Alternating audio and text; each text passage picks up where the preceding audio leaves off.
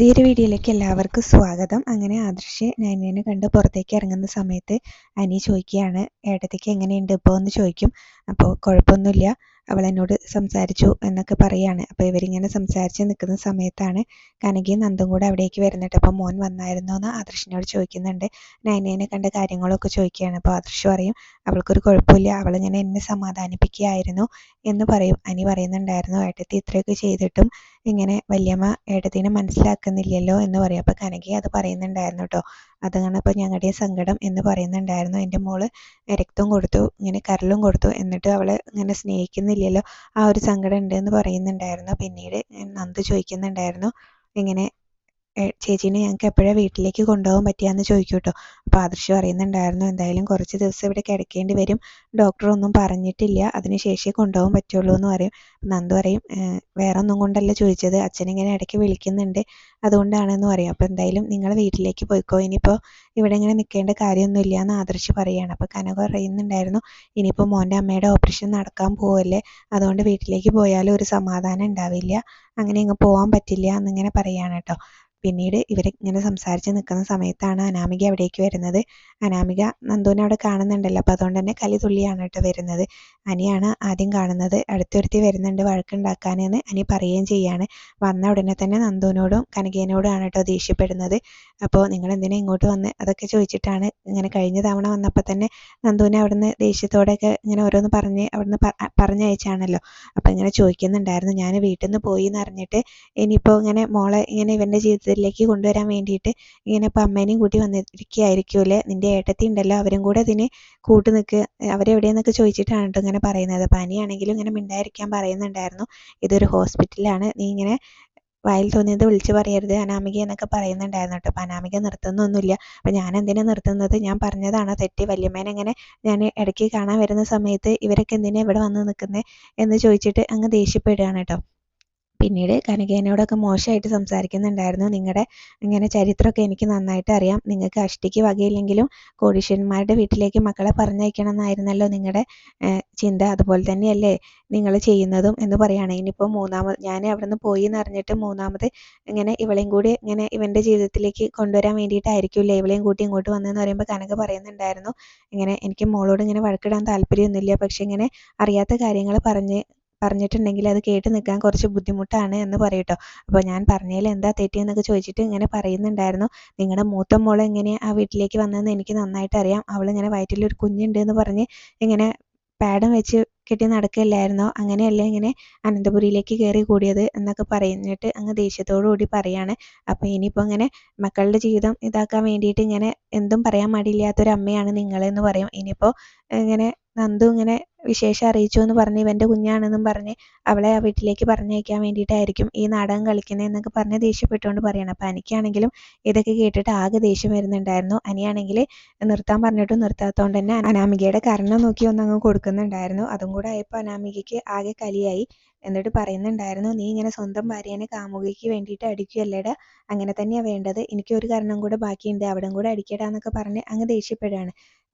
നിർത്താനുള്ള ഒരു ഭാവമില്ല കേട്ടോ. പിന്നീട് ഇങ്ങനെ അതുപോലെ തന്നെ ആദർശിനോട് ഇങ്ങനെ പറയുകയാണ്, നിങ്ങളുടെ അമ്മയ്ക്ക് ഇങ്ങനെ ഇവളെ അതുപോലെ തന്നെ ഇവളുടെ ചേച്ചീനെ ഒന്നും കാണുന്നത് ഇഷ്ടമല്ല, പിന്നെ എന്തിനാണ് ഇവരിങ്ങനെ ഏത് സമയവും ഇവിടെ വന്ന് നിൽക്കുന്നത്, നിങ്ങളെന്താ ഇവർക്ക് വല്ല വാക്കും കൊടുത്തിട്ടുണ്ടോ, അനീനെയും നന്ദുവിനെയും ഒന്നിപ്പിക്കാന്നുള്ള എന്തെങ്കിലും വാക്ക് കൊടുത്തിട്ടുണ്ടോ എന്നൊക്കെ ചോദിക്കുകയാണ്. അപ്പോൾ അനിയാണെങ്കിലും വീണ്ടും പറയുന്നുണ്ടായിരുന്നു, അനാമികയെ നിർത്തിക്കോ, നിനക്കിപ്പോൾ ഇവിടുന്ന് പോകുന്നതാണ് നല്ലത് എന്നിങ്ങനെ പറയൂ കേട്ടോ. ആ സമയത്ത് അനാമികയെ ദേഷ്യത്തോടുകൂടി പറഞ്ഞിട്ടാണ് പോകുന്നത്. ഇത് ഞാനങ്ങനെ വെറുതെ വിടുന്ന് ആരും കരുതണ്ടെന്ന് പറഞ്ഞിട്ട് ദേഷ്യത്തോടെ അവിടെ നിന്ന് അങ്ങ് പോവുകയും ചെയ്യാണ്. അപ്പോൾ കനക അങ്ങനെ അനീനോട് ചോദിക്കുന്നുണ്ടായിരുന്നു, മോൻ എന്തിനാ ഈ സമയത്ത് ഇങ്ങനെ മാലയിട്ട സമയത്ത് ആ കുട്ടീനെ അടിച്ചതെന്ന് ചോദിക്കും. അനി പറയുന്നുണ്ടായിരുന്നു, ചില സമയത്ത് നമ്മളിങ്ങനെ അയ്യപ്പനാണ് മാലയിട്ടതാണെന്നൊക്കെ ഒന്ന് മറന്നു പോവില്ലേ, അങ്ങനെ അറിയാതെ ചെയ്തു പോയതാണെന്ന് പറയും. അപ്പോൾ ആദർശം പറയുന്നുണ്ടായിരുന്നു കേട്ടോ, അത് ശരിയാണ്, അവളുടെ സംസാരം കേട്ടപ്പോൾ ഒരു നിമിഷത്തേക്ക് ഞാനും അത് മറന്നുപോയി എന്ന് പറയുന്നുണ്ടായിരുന്നു. ഇനിയിപ്പോൾ ഇതിൻ്റെ പേരിൽ എന്തൊക്കെ പ്രശ്നങ്ങൾ ഉണ്ടാവുമെന്ന് അറിയില്ല എന്ന് പറയുന്നുണ്ടായിരുന്നു. ഇതിൻ്റെ പേരിൽ എന്ത് പ്രശ്നം ഉണ്ടായാലും എനിക്കൊരു കുഴപ്പമില്ല, അതുപോലെ തന്നെ ഇങ്ങനെ എൻ്റെ ഏട്ടത്തി കരളും രക്തമൊക്കെ കൊടുത്തിട്ട് അവിടെ അകത്ത് കിടക്കുകയാണ്, ആ ഏട്ടത്തിനെ ഇങ്ങനെ എന്തെങ്കിലും പറഞ്ഞിട്ടുണ്ടെങ്കിൽ എനിക്കത് സഹിക്കാൻ പറ്റില്ല എന്ന് അനി പറയാം കേട്ടോ. ഇതിൻ്റെ പേരിൽ എന്ത് പ്രശ്നം ഉണ്ടായാലും എനിക്ക് കുഴപ്പമില്ല എന്നും കൂടെ പറയുന്നുണ്ടായിരുന്നു. ആ സമയത്ത് ആദർശിനാണെങ്കിലും അനാമിക അങ്ങനെയൊക്കെ പറഞ്ഞതിലും ഭയങ്കര ദേഷ്യവും സങ്കടവും ഒക്കെ ഉണ്ട് കേട്ടോ. പിന്നീട് അനാമികയാണെങ്കിലും നേരെ വീട്ടിലേക്കാണ് ചെല്ലുന്നത്. രേവതി എന്തോ ഫോണിൽ ഇങ്ങനെ നോക്കിക്കൊണ്ടിരിക്കുന്ന സമയത്താണ് അനാമിക അവിടേക്ക് ചെന്ന് കയറുന്നത്. ചെന്ന് കയറിയിട്ട് ആദ്യം തന്നെ അനി ഇങ്ങനെ അടിച്ചതുകൊണ്ട് തന്നെ കവിളത്ത് നല്ല പാടുണ്ട്, അത് കാണിച്ചു കൊടുക്കുകയാണ് കേട്ടോ. അപ്പോൾ അനി അടിച്ചതാണെന്ന് പറയുന്നുണ്ടായിരുന്നു, മരുമോൻ തന്നതാണ്, ഇങ്ങനെ കരണത്ത് അടിച്ചാണെന്ന് പറയും. അപ്പോഴേക്കും വേണു അവിടേക്ക് വരികയാണ്. അപ്പോൾ രേവതി വേണുവിനോട് കാര്യം പറയാണ് കേട്ടോ. മോളിങ്ങനെ എന്തായാലും കരണത്ത് പാടുമായിട്ടാണ് വന്നിട്ടുള്ളത്, മരുമോൻ കൊടുത്തതാണെന്ന് പറയും. അപ്പോൾ അനി അടിച്ചോ എന്ന് ചോദിക്കും കേട്ടോ. അപ്പോൾ അനാമിക ദേഷ്യത്തോടു കൂടി ഇങ്ങനെ പറയുന്നുണ്ടായിരുന്നു, തലോടിയാൽ പിന്നെ ഈ പാടുണ്ടാവില്ലല്ലോ, ഞാനിങ്ങനെ അന്നേ പറഞ്ഞതാണ് ഇങ്ങനെ ആ നന്ദുവിൻ്റെയൊക്കെ കയ്യും കാലും തല്ലി ഒടിക്കണമെന്ന്. പക്ഷേ അച്ഛനെ ഇറക്കിയ ആളുകൾ ഇങ്ങനെ എന്തായാലും അവൾ തല്ലി ഒടിച്ചിട്ടു, അച്ഛനെ കൊണ്ട് ഒന്നും പറ്റില്ല, എൻ്റെ മിടുക്കൊണ്ടാണ് ഞാൻ അനന്തപുരിയിൽ കയറിയത്. പക്ഷേ അച്ഛൻ ഇങ്ങനെ എപ്പോഴും പറയുന്നുണ്ടല്ലോ നിങ്ങളുടെ കടം വീട്ടണം, അവിടുന്ന് ലക്ഷങ്ങൾ കൊണ്ടുവരണമെന്ന്. അപ്പോൾ ഞാൻ അവിടെ ഇങ്ങനെ പിടിച്ചു നിന്നാൽ മാത്രമല്ലേ അതിനൊക്കെ പറ്റുള്ളൂ, അതിന് അച്ഛന് എന്തെങ്കിലുമൊക്കെ ചെയ്യാൻ പറ്റുമോ എന്നൊക്കെ പറഞ്ഞ് വേണുവിനോട് അങ്ങ് ദേഷ്യപ്പെടുകയാണ്. അപ്പോൾ വേണു പറയുന്നുണ്ടായിരുന്നു, ഇടയ്ക്ക് ഇങ്ങനത്തെ സംഭവങ്ങളൊക്കെ ഉണ്ടാവുന്നത് നല്ലത് തന്നെയാണ്. അപ്പോൾ അവിടെ ഇങ്ങനെ മുകളിലേക്ക് പോകാനായിട്ട് ഒരു കിളവൻ ഇരിക്കുന്നുണ്ടല്ലോ, മൂർത്തി എന്ന് പറയുന്ന ഒരുത്തൻ. അപ്പോൾ അയാൾ തന്നെ ചിന്തിച്ചോളൂ, ഇങ്ങനെ ഇങ്ങനെ തറവാട് വെട്ടി മുറിക്കണം എന്നുള്ളത്. നമുക്ക് എന്ത് കിട്ടിയാലും ലോട്ടറി ആണല്ലോ, അതുകൊണ്ട് നമുക്കിതൊരു വലിയ പ്രശ്നമാക്കണം, ഇതങ്ങനെ വിടണ്ട. ഈ മോള് ഈ തല്ല് കിട്ടിയ പാടും കൊണ്ട് ഇങ്ങോട്ടല്ല വരേണ്ടിയിരുന്നത്, നേരെ അനന്തപുരിയിലേക്ക് പോയിട്ട് അവൻ്റെ ബന്ധുക്കളെ കാണിച്ചു കൊടുക്കുകയായിരുന്നു വേണ്ടത്. എന്തായാലും ഇനിയിപ്പോൾ വൈകിക്കണ്ട, ഇനിയിപ്പോൾ ഡ്രസ്സ് മാറാനൊന്നും നിൽക്കണ്ട, വാ രേവതി എന്ന് പറഞ്ഞിട്ട് പിന്നെ അനാമികേനെയും എല്ലാവരെയും വിളിച്ചുകൊണ്ട് അവിടെ നിന്ന് അങ്ങ് പോകുന്നുണ്ടായിരുന്നു കേട്ടോ. നേരെ അനന്തപുരിയിൽ ചെന്ന് പ്രശ്നം ഉണ്ടാക്കാനുള്ള പോക്കാണ്. അപ്പോൾ അവിടേക്ക് അങ്ങ് പോവാണ്, ഇതങ്ങനെ വിട്ടു കൊടുക്കാൻ പറ്റില്ല എന്ന് പറഞ്ഞിട്ട്.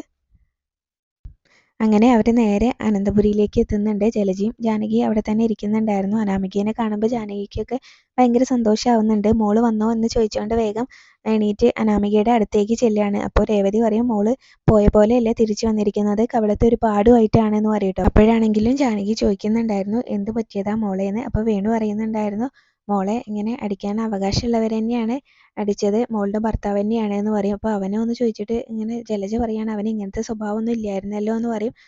പിന്നെ അതുപോലെ തന്നെ ഹോസ്പിറ്റലിൽ നടന്ന കാര്യങ്ങളും ഒക്കെ തന്നെ പറയുന്നുണ്ടായിരുന്നു.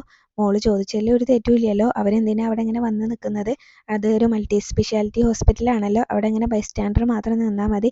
പിന്നെ അവിടെ ആദർശവും നയനയും അതുപോലെ തന്നെ ആദർശിൻ്റെ അച്ഛനും എല്ലാവരും ഉണ്ട്, പിന്നെ എന്തിനാ കനകയും നന്ദും കൂടെ അവിടെ വന്ന് നിൽക്കുന്നത്, ഒരു കാരണമില്ലാതെ. അതിൽ മോള് ചോദിച്ചതിലൊന്നും ഒരു തെറ്റില്ല എന്ന് പറയാൻ കേട്ടോ. അപ്പോൾ എന്നിട്ട് രേവതി ആണെങ്കിലും പറയുന്നുണ്ടായിരുന്നു, ഇനിയിപ്പോൾ മൂന്നാമത് ഒരുത്തിനെയും കൂടെ ഇങ്ങോട്ട് കയറ്റി വിടാൻ വേണ്ടിയിട്ടായിരിക്കും അവളിങ്ങനെ മോളെയും കൊണ്ട് അവിടെ വന്ന് നിൽക്കുന്നതെന്ന് പറയുമ്പോൾ ജാനകി പറയുന്നുണ്ടായിരുന്നു, അതൊരിക്കലും നടക്കില്ല, അങ്ങനെ നടക്കണമെങ്കിൽ ഞാൻ മരിക്കണം എന്ന് പറയുന്നുണ്ടായിരുന്നു.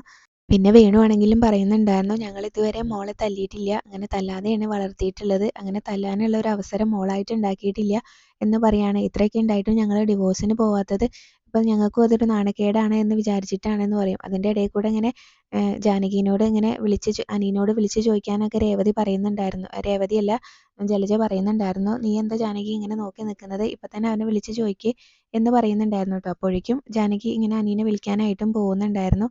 പിന്നീട് നയനേനി അതുപോലെ തന്നെ നവ്യേനെയും ഇങ്ങനെ എന്നും പറയുന്ന പോലെ ഓരോ കുറ്റങ്ങൾ പറയുന്നുണ്ടായിരുന്നു. ജലജയാണെങ്കിലും അവരെ കൊണ്ട് ഇപ്പോൾ ഇങ്ങനെ ജീവിക്കാൻ പറ്റാത്ത അവസ്ഥയാണല്ലോ എന്നൊക്കെ ഇങ്ങനെ പറഞ്ഞിട്ട് അങ്ങനെ പറയുന്നുണ്ടായിരുന്നു. പിന്നീട് കനക ഇങ്ങനെ മൂന്നാമത് ഒരുത്തിനെയും കൂടി അങ്ങോട്ട് ഇങ്ങനെ കയറ്റി വിടാനാണ് നോക്കുന്നത് എന്ന് പറയുമ്പോൾ അത് ഉറപ്പായിട്ടും അങ്ങനെ തന്നെയല്ലേ വരുള്ളൂ എന്ന് ജലജ അതിനെ സപ്പോർട്ട് ചെയ്ത് സംസാരിക്കുകയാണ് കേട്ടോ.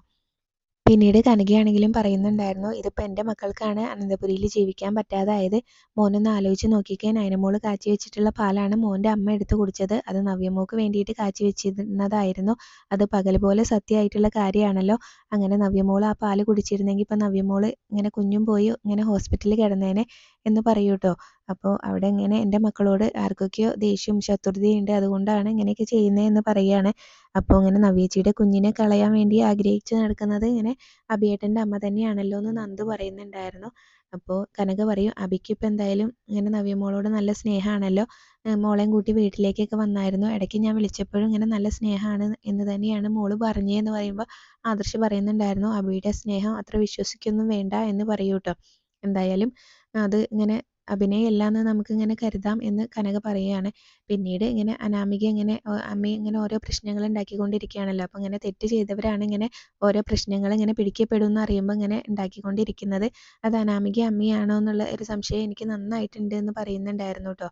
അപ്പോൾ എനിക്കാണെങ്കിലും അങ്ങനെ ഒരു സംശയമൊക്കെ ഉണ്ട്, ഇനിയിപ്പോൾ അതൊന്നും പറയണ്ടെന്ന് നന്ദു പറയാണ്, ഇനിയിപ്പോൾ അങ്ങനെ പറഞ്ഞിട്ടുണ്ടെങ്കിൽ അതും ഇനിയിപ്പോൾ ഞങ്ങൾ പറഞ്ഞിട്ടാണെന്ന് അവർ പറയും എന്ന് പറയുമ്പോൾ അനി പറയുന്നുണ്ടായിരുന്നു, അവർ എന്ത് വേണമെങ്കിലും പറഞ്ഞോട്ടെ, ഇങ്ങനെ അതുപോലെ തന്നെ ഇടയ്ക്ക് ഇങ്ങനെ ഹോസ്പിറ്റലിലേക്ക് നന്ദുവിനെ കൂട്ടി മാത്രം വന്നാൽ പോരാ, ഞങ്ങളുടെ തറവാട്ടിലേക്കും വരണം. ഇങ്ങനെ നിങ്ങൾക്കാണ് അവിടെ ഏറ്റവും കൂടുതൽ അനാമികയുടെയും അമ്മയുടെയും ഒക്കെ അതിനേക്കാളും മുകളിൽ ഇങ്ങനെ അവിടെ കയറി വരാനും ഒക്കെയുള്ള അർഹതയുള്ളത് നിങ്ങൾക്ക് മാത്രമാണ്.